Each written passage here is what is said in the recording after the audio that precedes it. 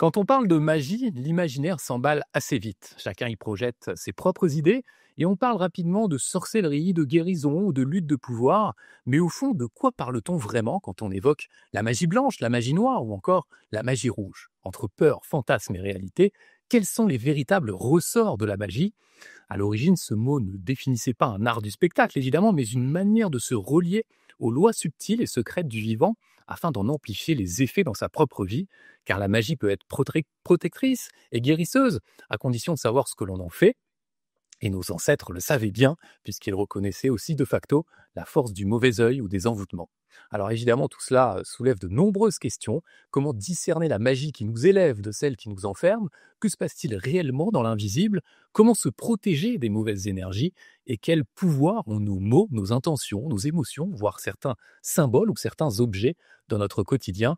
C'est ce que nous allons explorer ensemble avec notre journaliste Thierry Penin et nos invités Marc Neu, Chris Saint-Ange et Jean-Luc Stachura. Et si vous écoutez la version gratuite de ce podcast, sachez que vous allez profiter dans un instant d'une petite moitié de chaque entretien, mais vous avez la possibilité à tout moment de vous abonner pour écouter l'intégralité. Vous pouvez vous abonner depuis notre plateforme Inexploré TV ou sur YouTube directement depuis notre chaîne. On compte sur vous.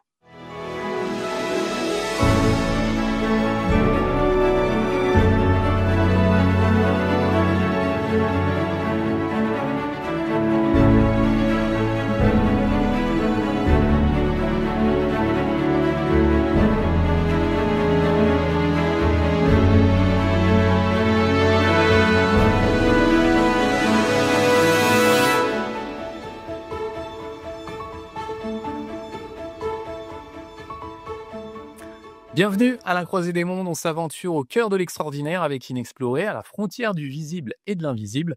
Et aujourd'hui, on est ensemble pour 1 heure et demie à 2 heures d'émission. Je suis Sébastien Lilly, cofondateur et directeur d'Inexploré. Et j'ai le plaisir d'accueillir Thierry Penin qui va animer ce podcast et à qui je laisse le micro. Bonjour Thierry. Bonjour Sébastien, merci à toi. Effectivement, un très beau programme aujourd'hui. Symboles, talismans, pentacles, amulettes avec l'expérimentateur et auteur Marc Neu. Les impacts, les influences et un remède, la méthode triangulaire par transfert avec la médium Chris Saint-Ange. Et puis, on va avoir une conversation avec un expert en sciences métaphysiques, Jean-Luc Stachura, pour savoir comment les sorciers se connectent, quels risques encourent-ils et quels sont les impacts de ceux qui font des pactes avec le mal. Voilà, on va essayer d'être le plus large possible et aussi le plus profond possible sur cette série Magie et sorcellerie. Alors, on démarre avec Marc Neu, qui a bien voulu partager un peu de son immense savoir, parce que Marc, bonjour, Bonjour. est expérimentateur, auteur d'un nombre de dizaines, largement plus d'une dizaine d'ouvrages. Tu pratiques l'astrologie, l'alchimie, la magie depuis plus de 30 ans. Deux de tes livres qui sont en rapport assez direct avec le sujet d'aujourd'hui, Purification et désenvoûtement en magie, et la magie des talismans végétaux. C'est vraiment deux exemples parmi tous tes ouvrages. Pour toi, c'est quoi la magie noire, la magie blanche, et même éventuellement, si tu peux nous parler de ce que peut être appelé la magie rouge? C'est compliqué. On va déjà commencer par définir la magie en tant que telle, parce qu'en fait, ce sont des termes qui sont relativement modernes, même des abus de langage, simplement pour qualifier quelque chose qui est assez générique. C'est-à-dire que la magie, si on retourne un petit peu au sens des termes et des usages, c'est une volonté, une influence qui est portée sur quelque chose ou sur quelqu'un. L'important, c'est de comprendre que c'est pas un phénomène qui est si naturel que ça. C'est-à-dire que c'est quelqu'un qui a donc une intelligence, une volonté, une conscience qui va du coup influencer sur quelqu'un ou sur un événement. C'est-à-dire que c'est pas un courant naturel des choses qui se fait, c'est au contraire quelqu'un ou quelque chose qui va influencer sur le courant naturel des choses. Donc, c'est un peu comme de mettre un barrage ou de vouloir dévier une source ou un fleuve. C'est qu'à un moment donné, on va avoir une influence sur quelque chose ou sur quelqu'un. Et c'est ce fameux sur quelque chose ou quelqu'un qui va ensuite définir alors je mets des guillemets, les couleurs de la magie. Puisque si on va influencer sur l'amour, on va dire que c'est de la magie rouge. Si on va influencer négativement sur quelqu'un, on va dire que c'est de la magie noire. Si on influence à travers le monde végétal, on va plutôt parler de magie verte à ce moment-là, ou parfois de magie brune aussi, j'ai déjà vu le terme. Donc on est plus sur une couleur qu'on va donner en fonction des outils et du but qu'on va ensuite viser. Mais je pense que l'important à comprendre, c'est que la magie, c'est une influence qu'on fait sur quelque chose. Et donc, à ce moment-là, c'est plus le mage ou le sorcier, ou ça, on pourra parler des termes si vous voulez, mais la personne qui agit, qui va définir si c'est noir ou si c'est blanc ou si c'est rouge. C'est la volonté de la personne, sachant que je veux dire, j'ai vu des démonologues qui vont utiliser des forces démoniaques, par contre, pour faire le bien. Donc, on peut pas forcément dire que ce sont forcément parce qu'on va faire appel à un démon que c'est négatif. C'est dans la volonté, dans l'intérêt que va avoir l'autre. Sachant aussi que j'ai vu des sorciers qui se disent mages blancs et qui vont du coup faire du mal par ricochet. Donc, ils vont se dire que c'est je fais le bien, mais bon, l'enfer est pavé de bonnes intentions, hein, comme on dit. Et donc, en faisant le bien, ils privent aussi peut-être l'autre d'une expérience qui était prévue, qui l'aurait fait aller dans un sens qui n'apparaît pas comme bénéfique à l'heure où la personne va jeter son sort, hein. Donc, c'est une déviance. Donc, c'est pour ça que la magie, historiquement parlant, a toujours été couplée avec la divination. On ne fait pas de magie si on ne regarde pas d'abord quelle est la situation et quel va être mon impact lorsque j'agis. Puisque en voulant faire le bien, ça se trouve, je vais faire du mal. Et Ah c'est oui. ça qu'on le couple souvent avec la divination. Et ça, quelle que soit l'époque, quels que soient les moyens, quelles que soient les cultures. Aujourd'hui, ça va être beaucoup les cartes, mais bon, on peut parler des Coris en Afrique ou dans les pays qui vont pratiquer le vaudou. Le vaudou, c'est pas plus mal, c'est une religion, alors qu'on l'attribue souvent à de la magie noire, mais c'est une religion qui va faire appel à des entités, des esprits, des divinités, tout comme on le fait en christianisme, hein. C'est exactement la même chose, hein. Est-ce qu'on parlait de termes tout à l'heure, on peut s'y perdre parfois entre, mauvais œil, envoûtement, sortilège, il y en a peut-être d'autres. Est-ce que peut-être aussi en quelques mots, comme tu viens de le faire synthétiquement, tu peux nous dire ce que tu penses de ces termes-là et comment on peut les comprendre? C'est culturel, c'est-à-dire que le mauvais œil, c'est plutôt d'origine orientale ou moyenne-orientale. On le connaissait pas trop chez nous, on l'appelait, la guigne par exemple, mais c'est un terme qui est utilisé. C'est par exemple, il y a plusieurs techniques pour lancer le mauvais œil. L'envoûtement, c'est la même chose. C'est un envoûtement, c'est une forme d'influence qui va priver l'autre de sa faculté de décider. Et donc, du coup, la personne va faire des mauvais choix. Souvent, on perd de vitalité, etc. C'est un usage néfaste qui est fait de la magie. C'est-à-dire c'est vraiment, on emprisonne la personne dans une énergie qui lui est étrangère et on le prive de sa faculté de décider, donc du coup, de vivre correctement. Donc, c'est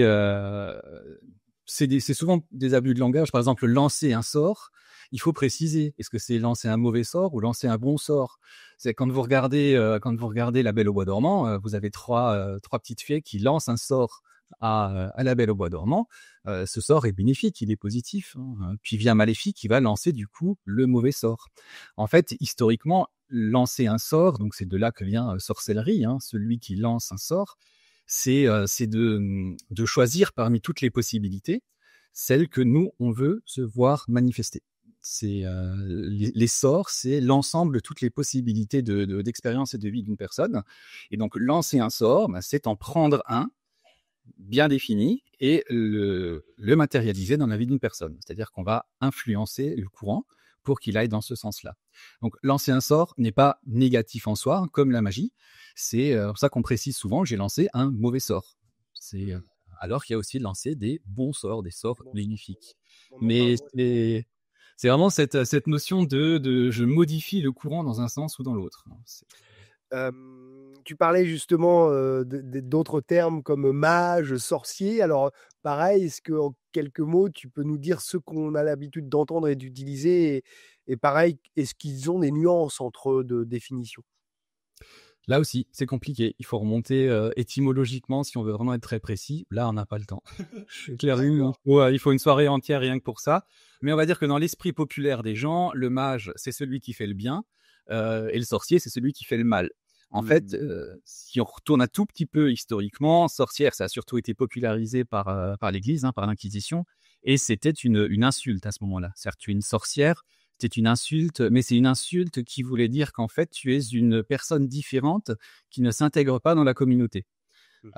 Historiquement, l'Église et la magie, la sorcellerie, les sorcières vivaient très bien ensemble à partir du moment où la sorcière s'intégrait dans la vie sociale et qu'elle n'avait pas qu'elle n'influençait pas, mais qu'elle était vraiment intégrée dans la vie sociale. Et ça a commencé à vraiment dévier quand la politique s'en est mêlée, et que du coup, toute l'Inquisition est devenue plus politique, et on se servait souvent de ça pour se débarrasser de ses ennemis, plutôt que vraiment une sorcière.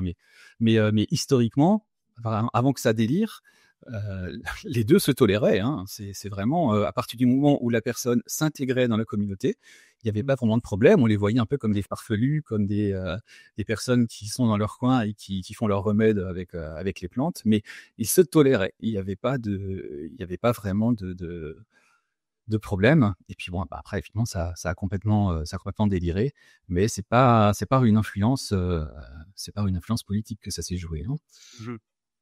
Quels sont, il doit y avoir pareil une liste incroyable, mais les objectifs, pourquoi on utilise ces types de magie? Alors là, je pense que c'est même pas la peine d'essayer de résumer, mais c'est quoi les outils, c'est quoi les résultats qu'on peut attendre de telles pratiques? Alors, là, le plus simple, c'est de catégoriser la magie en 3 catégories. C'est ce qu'a fait Cornelius Agrippa. Il a défini la magie naturelle, la magie céleste et la magie divine. Et en fonction du type de magie, c'est-à-dire que dans ces 3 catégories, on va pouvoir mettre toutes les religions et toutes les formes de magie. Vous avez la première, la magie naturelle. Donc ça va être l'influence du milieu naturel, des composants de la matière pour avoir une influence. Par exemple, vous savez que vous coupez les cheveux à la pleine lune, ça pousse plus vite. Vous savez que vous plantez des salades quand la lune est montante, vous savez que vous aurez des salades qui vont mieux pousser. Quand elles sont quand la lune est dans un signe d'eau, vous savez que la salade, elle va avoir une forme ronde. Par exemple, un signe de feu, elle va tracer plus vite, elle va pousser plus vite en fleurs. Donc ça, c'est de la magie naturelle qui sont liées aux propriétés du monde et de la matière. Donc à partir de là, vous portez par exemple la fameuse patte de lapin, c'est un porte-bonheur du symbole qu'on a attribué au lapin, donc particulièrement amoureuse. Un porte-bonheur particulièrement pour la magie amoureuse. Et ensuite, vous avez cette fameuse magie céleste où du coup, ça va être une photo qu'on va prendre à partir d'une photo du ciel, donc d'une configuration particulière, et on va reproduire sur Terre ce qui se passe dans le ciel. C'est-à-dire que c'est par loi d'analogie. Bon, c'est un petit peu à cheval avec mon histoire de salade, à la pleine lune ou pas, mais vous savez par exemple que le soleil, s'il est au centre de tout, il est rayonnant, etc. Par analogie, l'or ressemble au soleil, donc si je porte un objet fait d'or, c'est comme si j'incarnais moi-même les propriétés du soleil. Et donc à partir de là, le soleil, ça va servir pour la réputation, pour le charisme, pour rencontrer des personnes puissantes, pour devenir soi-même puissant. Donc tout ce qu'on va faire avec ou sur de l'or, va capter cette valeur solaire. Et donc, du coup, si je prends le soleil, ça va être les secteurs que j'ai nommés. Vénus, c'est la plus belle des planètes, la plus pure en termes de lumière, la plus blanche, la plus brillante. Donc, on s'en sert souvent pour harmoniser les choses. Pour le couple, par exemple, on aime bien utiliser Vénus dans la vie sentimentale, mais c'est aussi utilisable. On sait que Vénus, les talismans de Vénus se gravent sur du cuivre, par exemple. Donc, du coup, on va se servir du cuivre dans ces domaines-là. Et ensuite, vous avez la troisième forme de magie qui fait appel là aux divinités ou à leurs intermédiaires, par exemple les anges, les archanges selon la hiérarchie qu'on va donner, ou les djinns dans d'autres religions. On peut catégoriser là-dedans toutes ces formes de magie, où là, du coup, c'est nous, en tant qu'humains, qui vont devoir nous hisser jusqu'au plan de ce qu'on vise sur la magie. C'est-à-dire que cette fameuse magie divine, on n'essaye pas d'imposer quelque chose aux esprits, aux anges, aux divinités. C'est qu'on leur fait une demande instamment, c'est-à-dire avec une certaine pression, une certaine répétition, tout en nous rendant disponibles, préparant notre véhicule à recevoir cette énergie et donc du coup à pouvoir, par analogie, faire la même chose. C'est par exemple, c'est quand vous faites une invocation à Saint-Michel pour être protégé du démon, eh bien, l'invocation que vous allez faire va reprendre des passages bibliques, va reprendre les propriétés de Saint-Michel ou de l'archange Saint-Michel. Eh bien, ce sont des propriétés que vous êtes censé développer en vous-même à ce moment-là, et par la répétition d'une parole révélée, vous allez pouvoir intégrer cette énergie et quelque part vous élever sur le plan où le démon ne peut plus vous toucher. Donc, ce sont les trois catégories où on peut classer toutes les formes de magie dedans. Et Alors, dans chaque forme de magie, on peut toucher tous les domaines. C'est-à-dire que je peux travailler sur l'amour, le travail, les amis, etc., dans toutes les formes de magie. quand tu parlais de pattes de lapin, je me suis posé la question, dans tout ça, est-ce qu'il y a des choses qui sont gadgets? Est-ce qu'il y a de l'effet placebo? Est-ce que ça marche réellement? Et à la limite, faut-il être un vrai expert et bien connaître tous les tenants et les aboutissants, les méthodes et les techniques pour que pratiquer la magie ait un réel impact? Ou parce que je sais pas, je suis pas sûr que si j'ai une patte de lapin sur moi, est-ce que ça va fonctionner? Ou est-ce que justement, il faut elle ait été dans les mains d'un expert pour qu'elle ait un effet sur moi? Et là l'idée, c'est entre croyance et réalité, qu'est-ce que toi, tu peux nous dire de la magie en général, de la sorcellerie? La croyance dépasse très largement le entre guillemets, le pouvoir que peut s'auto-attribuer le mage. C'est-à-dire que si votre grand-mère vous a toujours dit que porter cette plante-là allait vous protéger du démon, eh bien, vous le croyez tellement que cette plante va réellement vous protéger du démon. C'est-à-dire que vous avez là vous-même qui allez mettre par-dessus la propriété naturelle de la plante, vous allez vous mettre cette croyance. Et donc, du coup, la plante sert uniquement de véhicule dans votre propre développement. C'est-à-dire que la magie, en premier, c'est en soi. C'est pas le monde extérieur. Nous, en tant que être incarné, nous ne sommes qu'une copie de l'univers. Et c'est en travaillant cet intérieur, cette copie de l'univers, que on peut réellement s'attribuer alors toujours des guillemets, des pouvoirs, c'est-à-dire d'avoir une certaine influence. Mais par les mots que vous prononcez, vous avez une influence. Dites à quelqu'un que vous croisez dans la rue qui vous connaît pas du tout, que vous le trouvez moche, etc. Vous le rabaissez plus bas que terre. Il ne vous connaît pas, mais vos mots ont eu un pouvoir considérable sur lui. Mais uniquement si lui les accepte. S'il sait qu'il n'est pas comme ça et qu'il a suffisamment de confiance en lui, vos mots passe au travers de lui comme si vous n'étiez qu'un farfelu, qu'un cinglé qu'il a croisé. Donc c'est cette emprise, et c'est la même chose pour les envoûtements et toute autre forme de magie noire. L'envoûtement ne peut s'ancrer que si vous avez une faille, une faiblesse. Si à l'intérieur de vous, vous êtes fort, confiant et positif, j'insiste souvent là-dessus, souriante, on dit toujours que je fais des blagues et tout, mais c'est parce que cette positivité, elle est nécessaire. C'est ce qui aussi coupe les entraves, les balises qui vous permettent d'accrocher ou pas un envoûtement ou un mauvais sort ou un esprit qui se baladerait. Quand vous regardez, il y a des maisons hantées qui sont dites hantées depuis des décennies. Il y a des gens qui vivent dedans, ils voient rien, ils ne sentent rien. C'est pas parce qu'ils ont moins de qualité que les autres, c'est simplement qu'ils ont moins d'accroche. Par contre, vous mettez un médium là-dedans, le médium, son boulot, c'est d'être ouvert à ce genre de choses. Et donc, lui, il va le voir, il va le sentir, etc. Donc, il y en a qui ont déjà naturellement développé cette sensibilité, mais ils le savent pas. Et donc, du coup, ils se retrouvent victimes de ce genre de désagréments. Et d'autres, dont c'est le métier. Mais grosso modo, c'est vraiment à l'intérieur de soi. Donc, ce qui fait que la patte de lapin, si vous ne savez pas que ça porte chance, par exemple, c'est gadget, quoi. C'est gadget. Par contre, il y a des choses où la science a révélé ensuite l'efficacité. Par exemple, vous portez des bracelets en cuivre, ça se porte depuis l'Antiquité. On a statistiquement remarqué que ça a un impact sur l'immunité, etc. Maintenant, on sait pourquoi. Voilà. Maintenant, on sait pourquoi. Donc, le côté magique est dissous par la connaissance. Bien sûr. Donc, il est toujours important quand vous travaillez dans ces domaines-là d'avoir à la fois La foi, la connaissance et la croyance. Ça, c'est des choses qui sont importantes. Ce qui fait quelqu'un de puissant, c'est pas tellement l'intellect. Vous avez des sorties de campagne qui vont pratiquer des magies dont ils ne comprennent rien du tout, mais ils répètent comme ça de génération en génération parce que le grand-père lui a appris ça, lui il apprendra à son grand-père, etc. Donc quand tu fais ça, Ça marche? Et ça marche? ça marche parce qu'il sait que ça marche. C'est tellement fort qu'il n'y a pas besoin il y a pas besoin d'avoir la connaissance de pourquoi ça marche. Je raconte souvent l'anecdote, mais j'avais un sorcier qui m'expliquait comment faire un envoûtement à la campagne en utilisant un cœur de bœuf ou de veau, quoi. Et moi, je trouve ça dégueulasse, quoi. Enfin, vraiment. Et puis il me disait que si je veux continuer dans la voie, il va falloir que je me fortifie un peu, quoi, que je laisse un peu tomber l'éthique. Donc je lui dis moi, c'est pas possible, quoi. Et donc il me dit à ce moment-là, si vraiment t'arrives pas à passer à côté, il faut que tu respectes quand même le rite et il te faut un cœur. Et donc du coup il me dit t'as qu'à prendre une tomate qui s'appelle cœur de bœuf et ça marchera aussi. Donc voilà. La force du symbole aussi. D'ailleurs, on y reviendra peut-être juste après, mais tu utilises des talismans, les pentacles, les amulettes, tu pourras nous expliquer. Mais la force du symbole et du coup, parce que là, effectivement, la belle astuce de passer d'un cœur de bœuf à une C'est la version de tomate, sympa. Du coup, c'est que penser du symbole et de la force du symbole, du coup? Ça dépend si vous y raccrochez ou pas.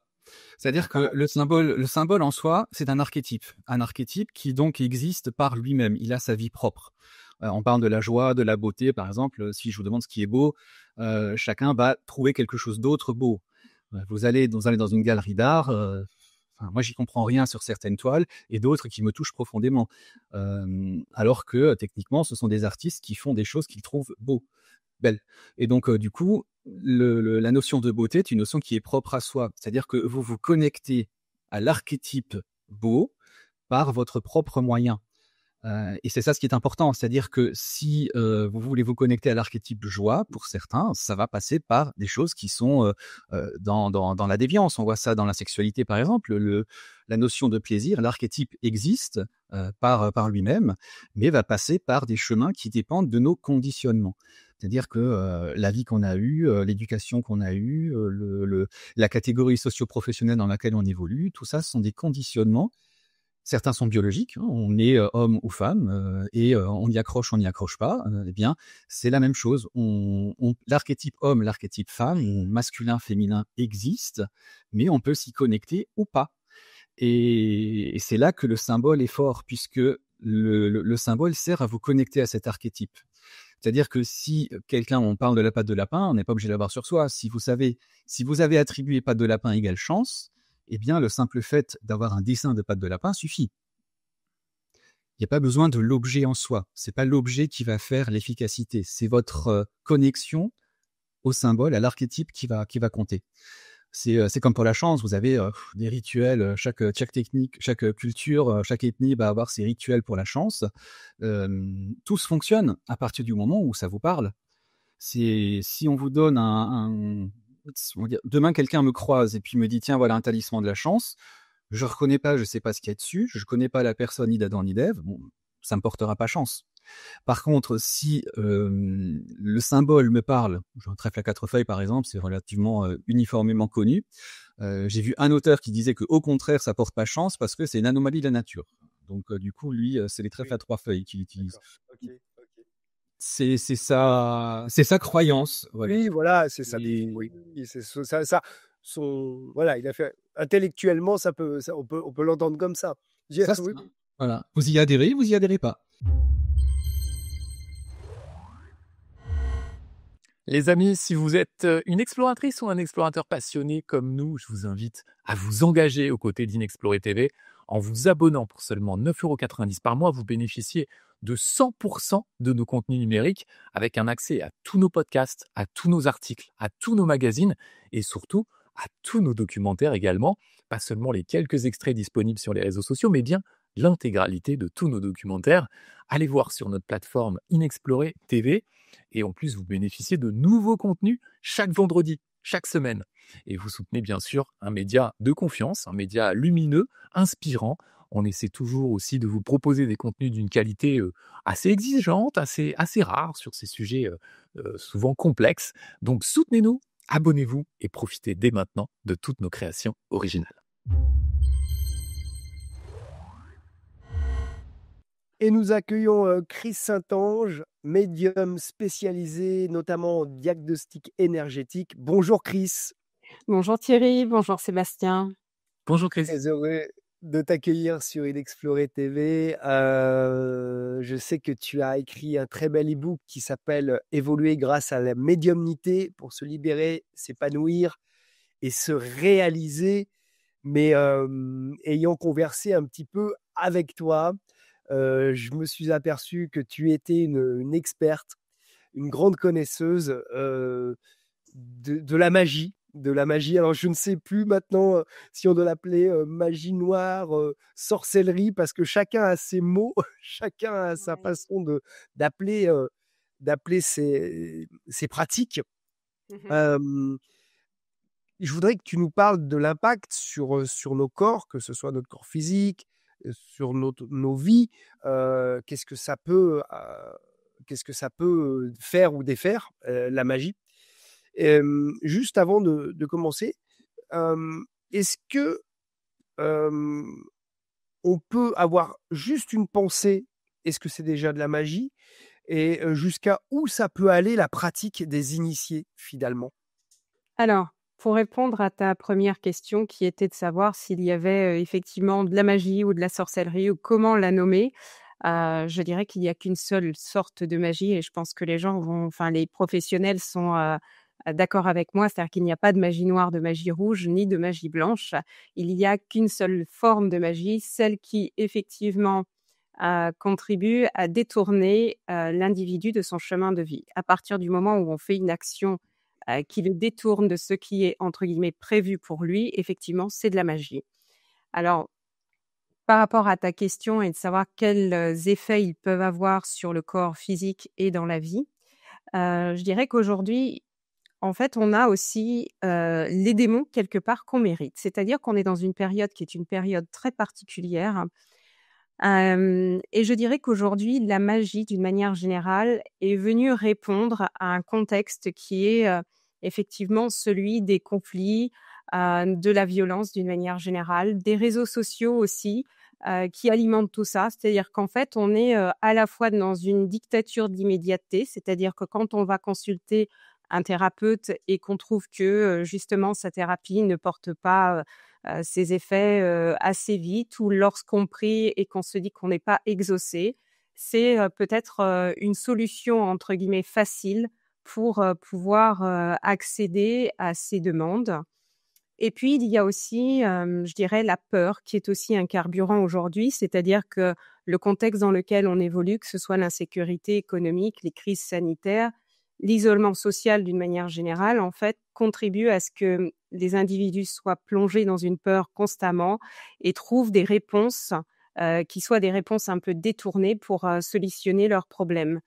Et la troisième chose, c'est effectivement cette amnésie spirituelle, c'est-à-dire qu'on a oublié certains principes, certaines traditions.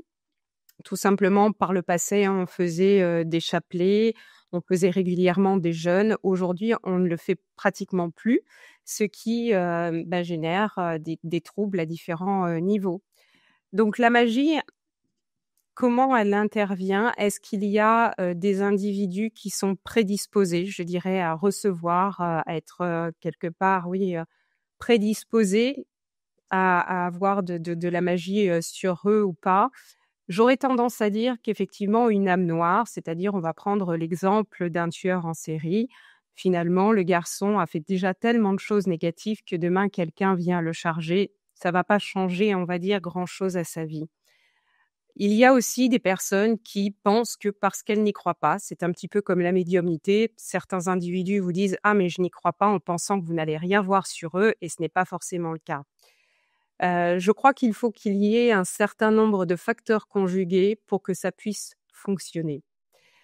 Il y a déjà, je dirais, tout ce qui arrive de par ce que j'appelle moi le pacte original quelque part.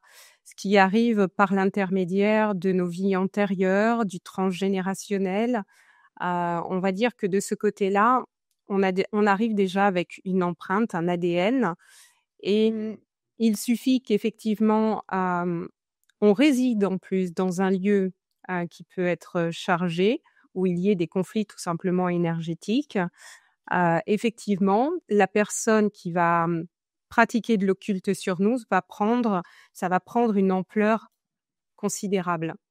Alors que finalement, une personne peut évoluer, alors je dirais dans une maison ou un appartement qui peut être un peu chargé, mais qui peut tout à fait le supporter. S'il y a plusieurs facteurs conjugués, effectivement, c'est un accélérateur, ça fait l'effet boule de neige. Donc par rapport à ce D'accord. Est-ce que tu veux dire que finalement, la magie noire la magie, pardon, fonctionne encore mieux, bien bien sûr, sûr, s'il y a déjà un terrain, quoi, oui, fertile s'il par y a un rapport à test ça? fertile, bien sûr, C'est un oui. booster, c'est comme Voilà, un booster, un accélérateur? oui, tout à fait. C'est-à-dire que s'il y a eu des malédictions, familiales, s'il y a un lieu qui vraiment a une empreinte énergétique assez forte. Je peux te donner un exemple. Mmh. Je me souviens d'une cliente fidèlement qui avait acheté un bâtiment. Alors ce bâtiment, en fait, il avait été un hall d'exposition pour un peintre et en fait, il y avait d'un côté la maison de ce peintre et de l'autre côté ce bâtiment qu'elle a acheté, qu'elle a transformé en hôtel-restaurant. Et la maison de ce peintre a été vendue à une tierce personne et finalement le lieu qui servait d'exposition où elle a fait son propre hôtel et son propre restaurant avait déjà une empreinte énergétique, qui était importante parce que déjà cet homme avait laissé son empreinte, mais il y avait, par exemple des rivières souterraines sous le bâtiment. Il y avait beaucoup de conflits énergétiques qui faisaient que ça pouvait bloquer la circulation et l'activité. Si elle s'était contentée de ça, il y avait des choses qu'on pouvait rééquilibrer. Derrière, le voisin qui avait acheté la maison du peintre en question, finalement s'est dit: «Moi, je ne veux pas d'hôtel-restaurant à côté, ces gens-là avaient le droit d'acheter le bâtiment, mais moi, je ne veux pas de ça» et du coup a pratiqué de l'occulte. Donc on se retrouve avec des couches successives qui font qu'à un moment donné, la personne est complètement bloquée dans son cheminement. Et là, effectivement, c'est comme un millefeuille. Il faut retirer les pellicules quelque part pour arriver, à libérer une situation. Donc ça, c'est Est-ce vrai que ça vient renforcer. est-ce que ça veut dire que, la magie ne fonctionnerait pas s'il n'y a pas de socle? Est-ce que ça en fait, en gros, une question plus simple, est-ce que la magie peut fonctionner toute seule, sans Bien même sûr, qu'il y ait d'autres, conflits énergétiques? bien sûr, elle peut fonctionner seule. Tout dépend de la réceptivité, du moment auquel c'est fait. Alors justement, par rapport à ça, il y a souvent, on constate des personnes qui, à un moment donné, que ce soit dans leur cheminement professionnel ou dans leur cheminement personnel, peuvent être amenées à croiser une personne qui va être une personne toxique. Cette personne, à ce moment-là, peut, effectivement commander un travail occulte à un sorcier, mais la personne ne va pas s'en rendre compte. C'est-à-dire que, imaginons, au bout de 6 mois, 1 an, elle évolue complètement, normalement dans son chemin de vie et à un moment donné, effectivement, elle commence à sentir que des choses déraillent. Pourquoi? On sait, en fait, que pour que la magie puisse pénétrer, en tout cas à l'intérieur d'une personne, et j'ai souvent cette comparaison quelque part avec, un virus informatique. C'est-à-dire qu'une fois que le virus informatique est infiltré, effectivement, le lendemain matin, vous démarrez votre ordinateur, vous savez que cette touche-là ne marche pas bien, vous essayez de bidouiller et de vous débrouiller avec d'autres touches jusqu'à ce que le problème s'amplifie. Mais pour qu'effectivement la magie s'infiltre, il faut qu'il y ait un choc émotionnel. Alors, ce choc émotionnel, ça peut être effectivement un divorce, ça peut être la trahison d'un ami, une trahison professionnelle. Ça peut être, effectivement un événement qui va être un événement violent, ça peut être un accident, ça peut être un décès d'une personne dans l'entourage. Ça peut être aussi une fragilité subite, c'est-à-dire, une maladie, un licenciement, quelque chose qui vient nous heurter profondément. À partir de là, la magie s'infiltre. Effectivement, sans que vous ne changiez quoi que ce soit à votre mode de vie, les éléments changent tout autour de vous. Hem, je crois que tu m'avais parlé de cette histoire que si jamais on vient voir quelqu'un comme toi pour enlever une magie, une sorcellerie qu'on nous aurait envoyée, c'est pas si facile que ça parce que la magie s'auto-entretient quelque part. La magie peut perdurer même si il y a eu le travail, un contre-travail de fait. Bien sûr, c'est bien là la problématique et on se retrouve confronté à des personnes qui, naviguent de prêtre en thérapeute, en médium, en magnétiseur, désespérés parce qu'effectivement, ils ont une magie qui se réactive constamment. Alors, les sorciers qui sont expérimentés et là, on parle pas du tout, de ce que tu évoquais, c'est-à-dire la simple pensée hostile, hein, parce que la simple pensée hostile, elle peut bloquer, mais elle ne s'active pas de la même façon, hein. Je parle là vraiment de travail occulte qui est un travail effectué par une personne qui est vraiment expérimentée. Souvent, ces sorciers-là travaillent avec d la lune et donc en fait, ce qui se passe, c'est qu'une personne qui va, aller consulter, va, subir ce que moi j'appelle une simple libération énergétique. C'est-à-dire que par une imposition des mains, par des prières, effectivement, on va tenter de libérer cette personne qui, sur le moment, peut se sentir tout à fait mieux. Elle va ressentir un bien-être, elle va sentir que des choses se sont éliminées naturellement. Elle a l'impression que son chemin de vie repart, que les choses redémarrent et sans qu'elle n'ait fait quoi que ce soit, donc sans qu'elle ait été au contact effectivement d'une personne toxique ou qu'elle soit confrontée à une nouvelle situation embarrassante, eh bien les choses, se réactivent automatiquement. Pourquoi? Parce que là, en fait, ce qu'on a fait, c'est toujours imager ce que je donne comme référence.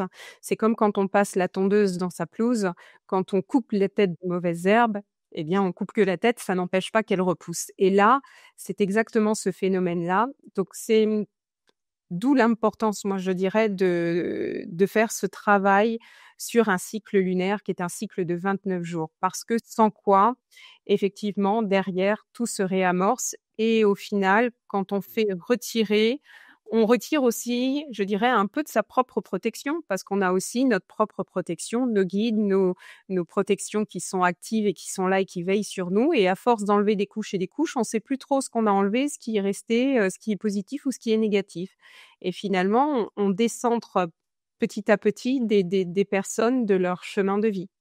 D'accord, ouais, ouais. Ce que disait Marc Neu aussi, parfois, on peut faire de la magie dite blanche, mais c'est pas C'est bon ça, non plus parce qu'une personne aurait peut-être dû traverser une épreuve, mais il c'est est ça. protégé par une magie blanche et il ne passe pas par l'épreuve, par laquelle il aurait dû passer et c'est dommage pour lui.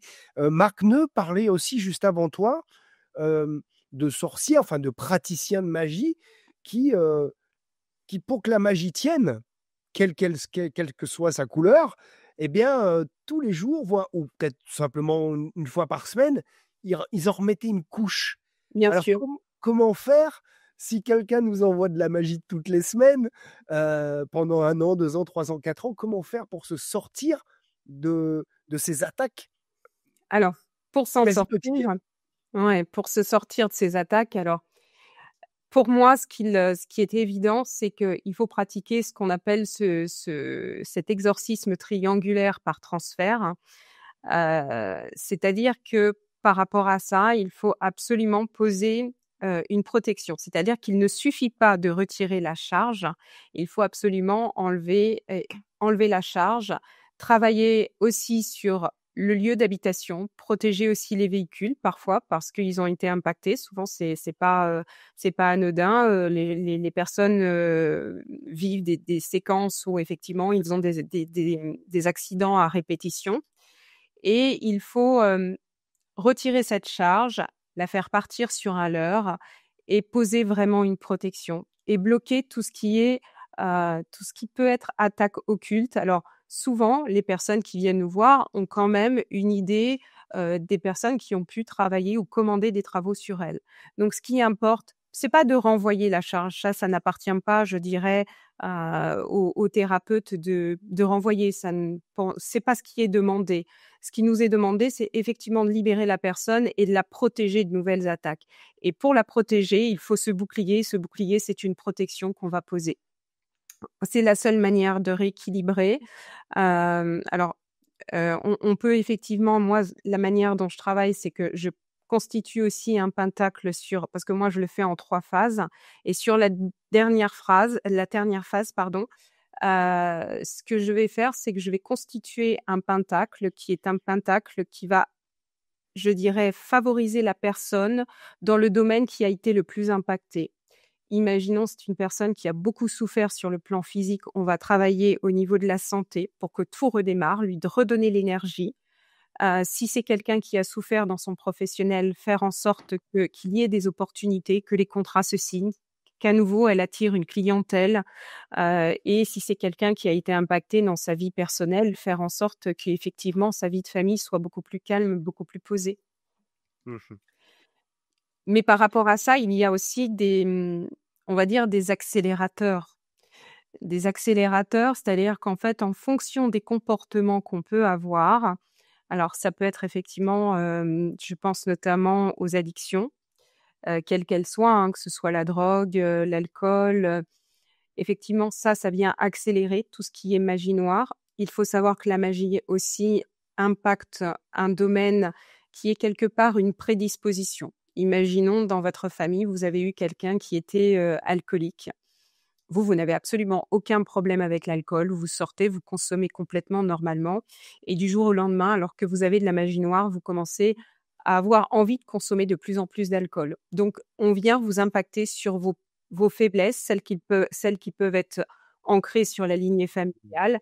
Ça peut être aussi faire en sorte que certaines émotions, certains traits de caractère qui peuvent être, l'envie, la colère, ressortent, soient majorés.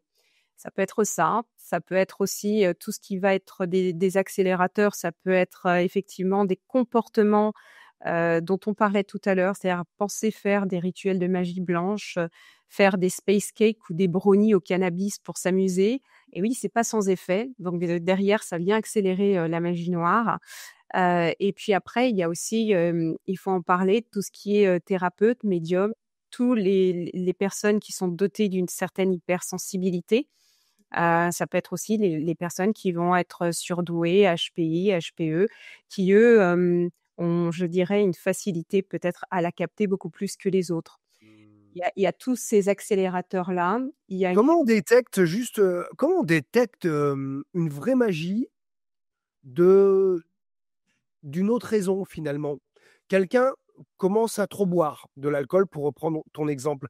Comment savoir si c'est une magie qui lui a été envoyée ou alors simplement, c'est une déviance qui s'accélère. bien en ce moment qui picole un peu trop, quoi? Il y a le temps est en général, un bon indicateur. C'est-à-dire qu'en général, par rapport à la magie, vraiment, quand vous avez de la magie sur vous, il y a quand même plusieurs phases. Il y a, on va dire, la phase qui est un petit peu sournoise, on va dire. Ça va être, de simples, désordres, que ce soit, des insomnies, de la malchance, quelqu'un qui commence à boire un petit peu trop. Il y a une phase qui va être, beaucoup plus critique. Ça peut être, effectivement, un comportement qui va dégénérer, c'est-à-dire qu'en plus, par exemple, d'être alcoolique, c'est quelqu'un qui va faire beaucoup de cauchemars, qui va avoir, un comportement dans certains aspects de sa vie qui est complètement, délirant mais qui n'est pas en lien forcément avec le fait qu'il ait bu. Parce qu'en dehors du fait qu'il ait bu, il peut avoir ce comportement-là et puis après, il y a une phase qui est une phase vraiment où on voit que ça s'est accéléré, c'est la phase de cristallisation. Où là, effectivement, en plus de boire, on va s'apercevoir que la personne peut perdre ses cheveux, peut avoir d'autres maladies, inexpliquées, peut avoir des pannes en série chez lui, des pertes d'argent récurrentes, des problèmes administratifs, tout est bloqué, tout se bloque progressivement, les portes se ferment et tout se bloque progressivement. Et il va y avoir même de la part de son entourage, alors sans que lui ait fait forcément quoi que ce soit, c'est-à-dire qu'en fait, en dehors du fait qu'il soit alcoolisé, on va dire, il peut y avoir, une agressivité, vis-à-vis, d'autrui. il va se sentir aussi, rejeté, isolé, ce qui va accélérer finalement le processus. Alors, c'est tout ça qui doit nous amener, quelque part à faire preuve de discernement. En général, comment on s'aperçoit que, la personne est vraiment envoûtée? C'est qu'en général, elle a fait un processus quand même qui était assez long. C'est-à-dire qu'elle a été consulter différents thérapeutes, médecins.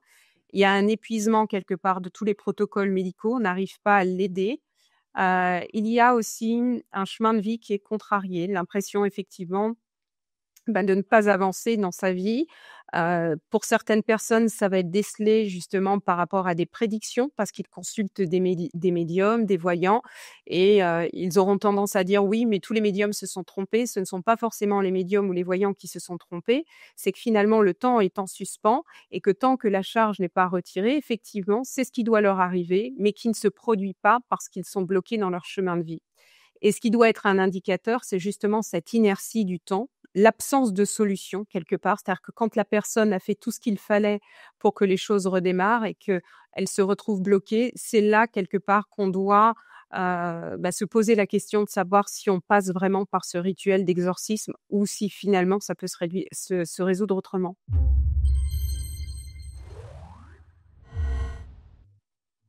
Et nous sommes avec Jean-Luc Stachura, expert en sciences métaphysiques, conseiller haute performance auprès des décideurs et sportifs de haut niveau.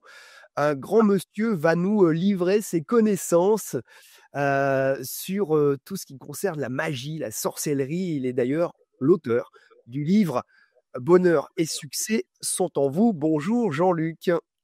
Bonjour Thierry, bonjour Sébastien. Bonjour Jean-Luc. On est ravis de t'accueillir ici parce que j'ai découvert que tu en connaissais un rayon sur le subtil, sur l'ésotérique. Et d'ailleurs, tu dis que la magie noire n'existe pas. Alors, tu dis que c'est soit la magie divine, soit de la sorcellerie. Est-ce que tu peux un petit peu approfondir le fait que la magie noire n'existe pas? Oui, c'est exact. La magie noire n'existe pas parce qu'elle vient déjà du sens même du mot. Le mot magie est un mot chaldéen qui veut dire megmog, qui veut dire haute sagesse. Or, la haute sagesse n'a rien à voir avec le mal. Donc, le mot magie en lui-même, la source étymologique et énergétique du mot magie, elle est pure lumière. Donc, elle n'a rien à voir avec la magie noire. Ce que les gens confondent entre la magie dite noire, c'est pas de la magie noire, c'est de la sorcellerie. C'est deux mondes différents. Dans notre univers, vous avez deux grandes catégories. Vous avez bien sûr tout ce qui concerne le bien positif et tout ce qui concerne le bien négatif. En l'occurrence, il n'existe pas dans notre univers un génie qui n'a pas son antigénie. Si vous avez des anges et des archanges, vous avez aussi des démons et des archidémons. Chacun avec des qualités et des vertus concernant la hiérarchie sacrée des anges et des archanges, qui apportent bien sûr des bénédictions, des bienfaits, des grâces. Et puis de l'autre côté, vous avez les démons et les archidémons qui, eux, ont les défauts et les vices. Donc, quand les praticiens, les soi-disant mages noirs, ne sont pas des mages noirs, ce sont des sorciers. Donc, ce n'est pas du tout la même chose. C'est deux mondes différents. C'est comme l'eau et l'huile, ça se mélange pas. C'est comme l'amour et la haine. C'est bien deux choses distinctes, parfaitement distinctes. Deux cordes, une corde avec des nœuds blanches et une corde avec des nœuds noirs. Ça se mélange pas. Donc, les gens, le mot magie noire n'existe pas.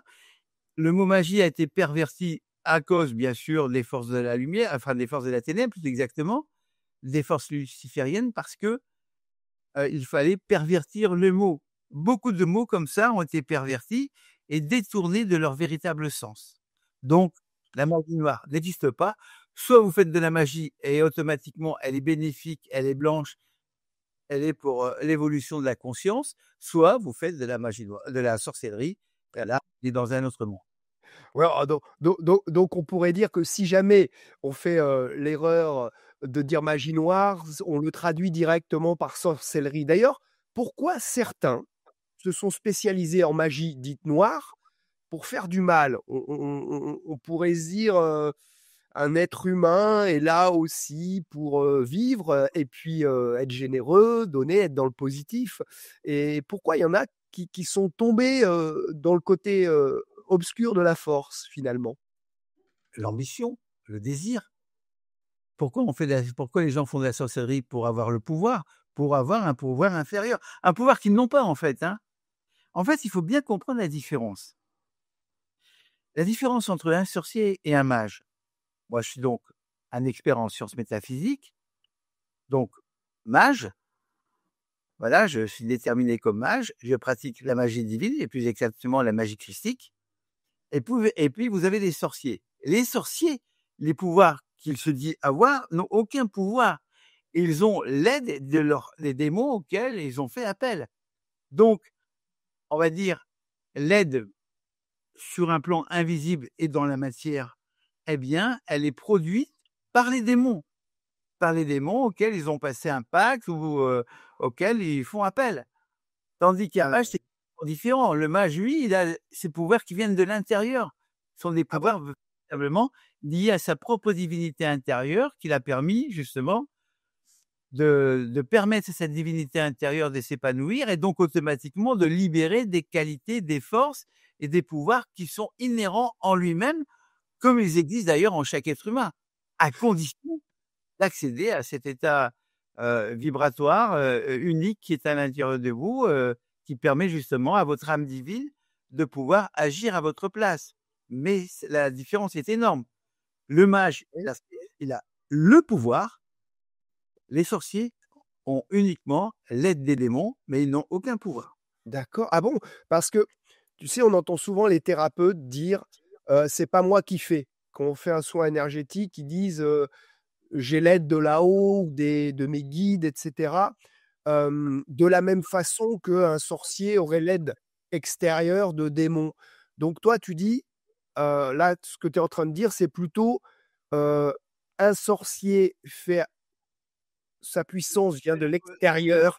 Par Voilà. contre, un mage ou peut-être un très bon thérapeute, en fait, il arrive à faire surgir la lumière de lui-même sans aide extérieure? Non, non. Non, non, en général, on va dire, les thérapeutes, il faut comprendre que pour arriver à accéder à à permettre aux pouvoirs qui sont à l'intérieur de vous de s'épanouir, demande un entraînement très particulier, qu'ils n'ont pas. Leur foi, effectivement, croire justement au Dieu auquel ils croient et faire appel au Dieu auquel ils croient, effectivement, ils peuvent avoir une aide de l'invisible parce que finalement, il y a peut-être, un ange qui va les aider ou éventuellement, dans un grand cas, un archange, mais bien que là aussi, c'est en fait, en règle générale, faux parce que, heu, les anges sont au service de l'humain et un archange était au service de l'humanité. Il faut comprendre que tout fonctionne avec des lois et donc ces gens, ces thérapeutes, ne connaissent pas les lois. Ils partent à partir de leur bon cœur, mais c'est pas bon du tout. Le bon cœur, l'enfer est pavé de bonnes intentions. Pourquoi? Parce que déjà, il y a la loi du karma. Donc quand on s d'abord ils n'ont pas ni les facultés pour voir si les énergies qu'ils font appel sont bonnes. Ils ressentent des énergies, mais ils sont incapables de les différencier, de voir si les énergies sont bonnes ou pas bonnes. Il faut un entraînement très particulier pour être capable de faire la différence entre une énergie bénéfique et une énergie négative, maléfique. Et ils ne verront pas. Donc ils seront soumis à des forces invisibles qui, croyant bien faire, transmettent en fait du mal et nourrissent les forces invisibles négatives qui, eux, ont besoin de ce thérapeute pour, on va dire, pour puiser et prendre de sa force vitale. Et s'exprimer. Alors, quel conseil, là, en aparté, on pourrait donner à tous les praticiens et les thérapeutes et puis les magiciens blancs, hein, les mages qui nous écouteraient Déjà, la première pour éviter arrêtez de faire appel à vos guides. C'est hyper dangereux, les guides, vous savez pas qui c'est les guides. Non, vous appelez des guides. Ah, mon guide, ouais, c'est ça. Tu ne sais pas qui est-ce qui est derrière. Tu n'es même pas capable de voir qu'est-ce qui se passe dans l'invisible derrière, devant toi, qui vient, mais ton bon cœur. Ouais, mais non, c'est pas bon, c'est même très dangereux. Le guide est dangereux parce que vous ne savez pas qui il est. Appelez, appelez la divine providence, appelez on va dire, et là je vais parler du principe christique parce que comprenez bien que la fonction du principe christique est extrêmement importante pour la guérison. Pourquoi? Parce que Christ s'est fait verbe. Le verbe est Christ. C'est quoi le verbe? Le verbe, c'est, on va dire, euh, c'est l'énergie de l'esprit divin qui est partout dans la matière. On va l'estimer comme ça. Parce que la première chose que vous devez comprendre, vous ne pouvez pas différencier Dieu de la matière.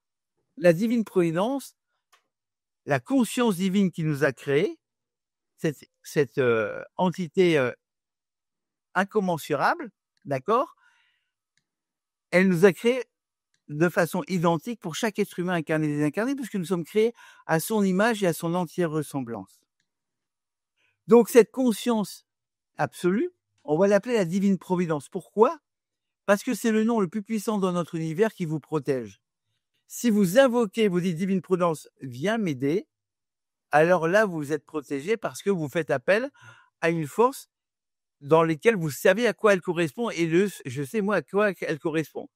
Elle correspond à l'akasha, et l'akasha, c'est le principe primordial. Je m'explique. Vous avez 4 éléments et le 5e. Vous avez l'élément eau qui correspond au pouce, vous avez l'élément feu qui correspond à l'index, vous avez l'akasha, principe primordial, Dieu, lié au majeur, vous avez l'annulaire qui correspond à l'élémentaire, et vous avez l'auriculaire qui correspond à l'élément air. Principe actif main droite, principe passif main gauche, le 10, Dieu, unité 1, Amen. Donc, le 5e élément, la conscience divine qui nous a créés, qu'on appelle l'akasha, principe suprême où tout est issu, tout ce qui existe et tout ce qui va exister, tout ce qui adviendra dépend du principe akashique, c'est-à-dire la divine providence, dans lequel elle s'exprime par une couleur violette, sombre, brillante, étincelante, avec on va dire des taches d'argent. Donc, cette conscience suprême, vous pouvez appeler la divine providence, le Dieu qui vous a créé. Quand vous faites appel à elle, vous êtes en sécurité parce que le nom correspond bien à la force qualitative et quantitative. Vous avez appelé, vous dites mon guide, mais le guide, on ne sait pas ce que c'est. Quel guide? Vous ne savez pas qui vient. Ou alors vous appelez l'ange gardien, votre ange gardien, mais avec son nom. Le mien, il s'appelle l'ange AL, c'est l'ange numéro 41. Je connais sa clé numérique, je connais ses qualités, ses vertus et ses forces. Et lui va m'aider. Ensuite, autre élément, je dirais qui est la plus importante. Imaginons qu'effectivement, vous avez le don de guérisseur. D'accord? Mais vous ne savez pas si vous avez le droit de guérir. C'est-à-dire que chaque être humain est soumis au karma. Il a 3 karmas. Un karma sur le plan mental, sur les façons de penser. Il a un karma sur le plan psychique, les émotions et les sentiments. Et il a un karma sur le plan physique, la matière, comme chaque être humain. Quelqu'un qui a un problème de santé, c'est karmique. Donc, imaginez, et je vais vous donner la preuve, ok, imaginez que moi, j'ai le pouvoir de guérir, parce que j'ai le pouvoir du verbe.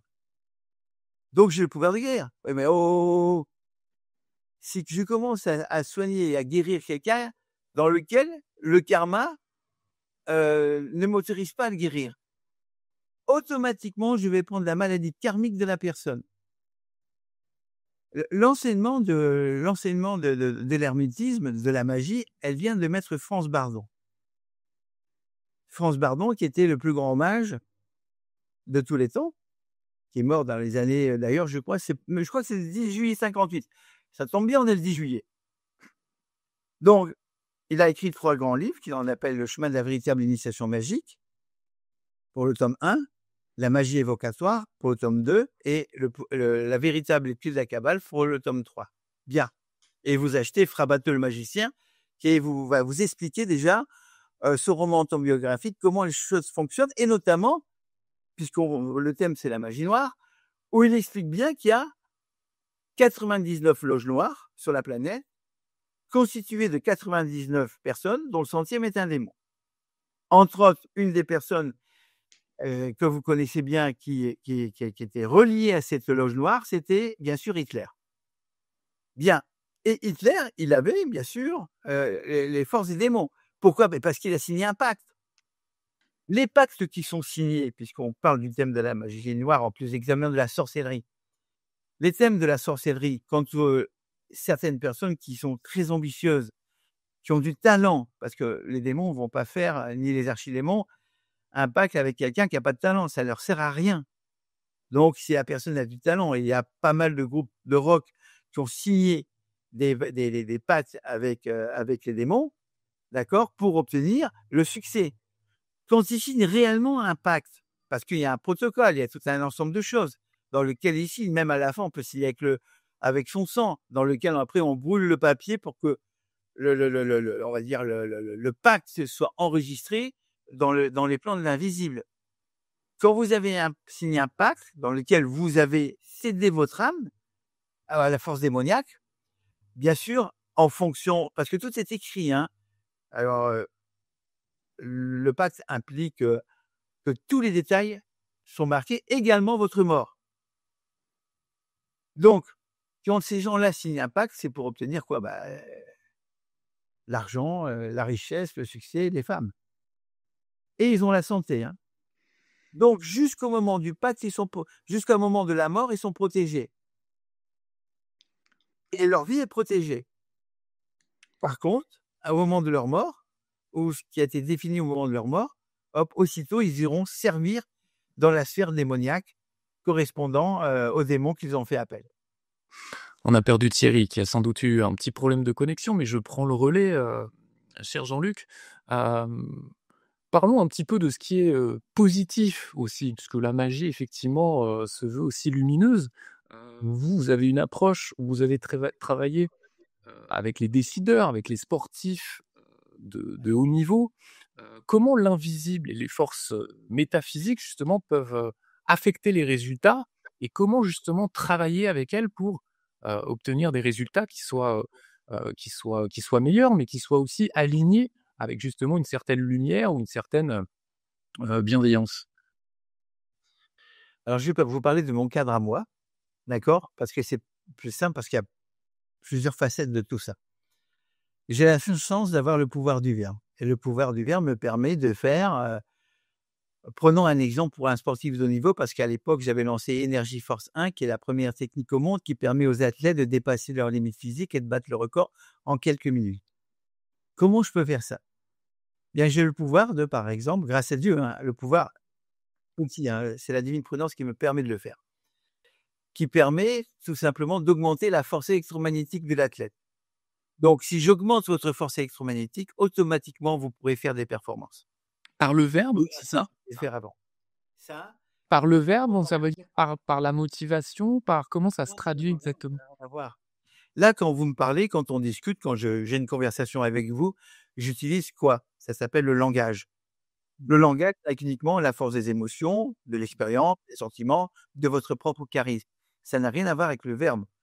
Le verbe, c'est l'énergie cachée dans les mots. C'est-à-dire que vous avez l'akasha, j'ai appelé ça l'akasha des mots, c'est-à-dire l'énergie primordiale contenue dans les mots. Et j'ai le pouvoir, grâce à Dieu, grâce à la divine prudence et à Christ, de libérer cette énergie à travers eux. Et donc, automatiquement, le mot devient créateur.